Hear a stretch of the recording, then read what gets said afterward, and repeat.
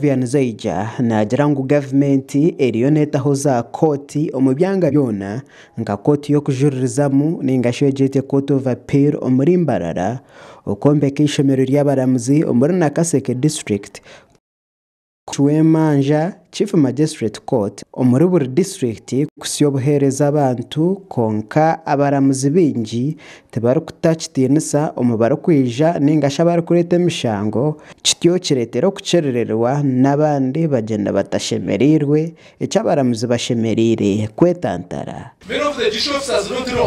When we are commissioning magistrates, sometimes I look at them. You look at them, these are fellows who grew up in Nakasero.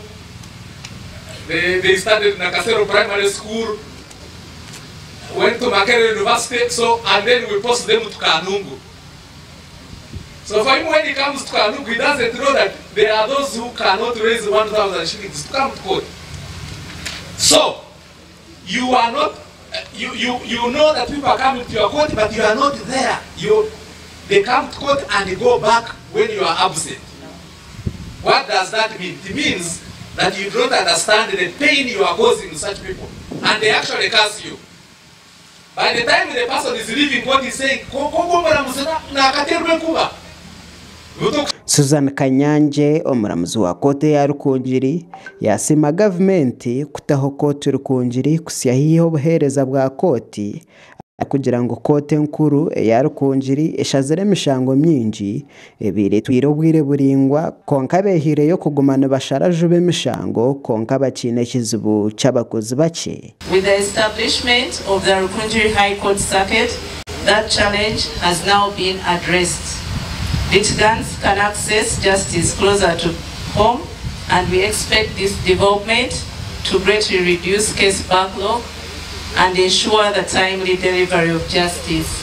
Honorable Dr. Elisa Rutahigwa omunyishengero ahabwa Rukungiri Municipality yasima President Museveni ahabo kwebembezo kusyahiha abantu obuhereza asyo yashaba abakozi ba koti kushomesa abantu obutatina koti kwereka bagikozese ari kugira ngo abantu abingi nebatina koti.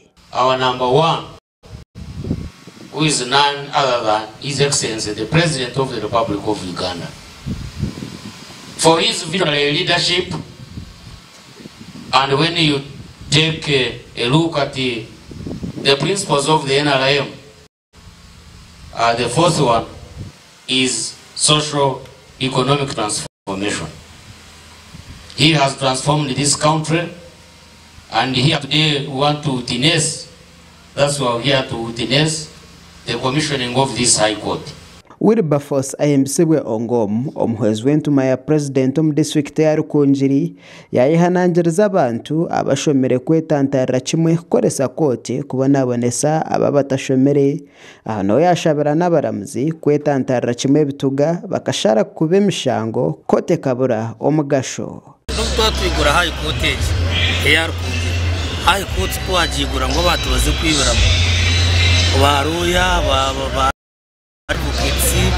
abaramuzina n'abandi igikoto twagigura ureto buringaza umwe no kumanya ngo twigura ko twe yaza gukora arukora burundu kwende birajo tuko office ya RDC turede gukora naho ekibagambaho abakuru ba koti is alternative dispute ningashi kusharamo emishango bararabira umubebembezi abamadini abebembezi bebyaro abebembezi ba government babanze bazaga umurege imishango batakagirese no mukoti kugira ngo babase kushendeza.